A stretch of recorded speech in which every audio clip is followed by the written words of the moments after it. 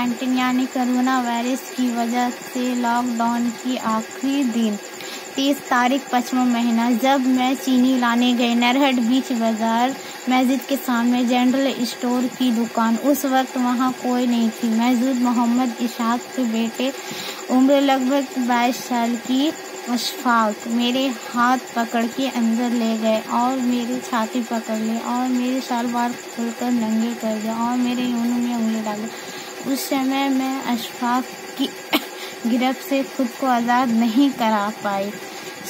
अंत में खूब चिल्लाई और जब शोर की तो वहाँ पे सुधा दूध के दुकानदार मंजूर आलम और उसकी 2 साथियाँ भी थी। और जब वो लोग आए और उसे मोहम्मद अशफाक को जब लपड़ थप्पड़ दिए तो मुझे देख और मुझे भी हिम्मत आया और मैंने भी चप्पल खोलकर उसे 2 चप्पल दी और अपने घर की तरफ चली आई।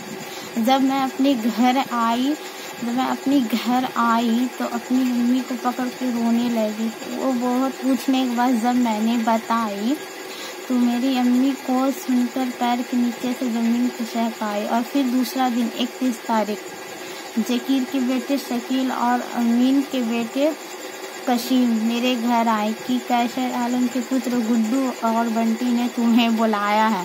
जब हम और मेरी अम्मी ने गए, वहाँ से पहले से महजूद शकील और कशीम और मेरे साथ गलत करने वाले के बड़े भाई इसराइल भी मौजूद थे।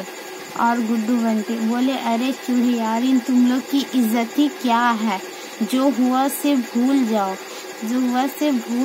और घर में बैठ जाओ। मेरे से 2 लाख रुपए ले लो और ना चुपचाप से अपने घर पे बैठ जाओ। तो जब मैंने कहा कि अब हमारी इज्जत पैसे से तौली जाएगी तो हमारी हाथ पकड़ के एक तमाचे खींच के मारे और फिर मेरी अम्मी को पैर से, जब मेरी अम्मी मुझे छुड़ाने की कोशिश की तो उसे पैर से मारी और उसे बेपर्द कर दी। जब फिर मैंने वहाँ पर से उठने लगी तो उसकी इसराइल बहन जो बोले कि समझ में नहीं आ रहा, जो गुड्डू बंटी ने कह रही है वही मानो वरना इसकी अंजाम बुरी होगी। जब 15 तारीख जब मेरी अम्मी ने मेरे अब्बू मोहम्मद अरशद और मेरी बहन गुलशन परवीन और मेरे छोटे भाई अरबाज़ और मेरी अम्मी सोनी परवीन अपने पिता की यहाँ हाथिया में गई हुई थी। गया जिला और फतेहपुर थाना और करियापुर के गांव में जब गई हुई थी तो उस वक्त मैं यहाँ है और मेरी 2 बहन और मेरे बड़ा भाई अरमान मोहम्मद अरमान वो अपनी ड्यूटी पे ऑटो रिक्शा चलाने के लिए गए हुए थे। बाकी 3 मैं और मेरी आरफा और दरख्शा हम तीनों बहन घर पे थी। मेरी गेट की छिपी नहीं और भूखी हुई थी। उस समय मेरे घर पे अशफाक ढूक आई और मेरे साथ ज़बरदस्ती करने लगी। उस समय मेरी बहन आरफा और दरख्शा और मैं मेरे साथ ज़बरदस्ती करने लगी तो फिर हम तीनों बहन मिलकर उसे मार कर भागाए। फिर वहाँ पर से वो भाग गया। फिर उस दिन फिर मेरी अम्मी आई तो मैंने ये सब बात उसे बताई तो मैं और मेरी अम्मी जब थाने की तरफ केस करने जा रही थी तो फिर से शकील और कशीम और इसराइल मिला। बोला जो बोला जाए और जो चटाया गया वो समझ में नहीं आ रहा, क्या जो बोला जा रहा वो कर लो वरना उसकी अंजाम बोले ना बहुत बुरी हो गई है।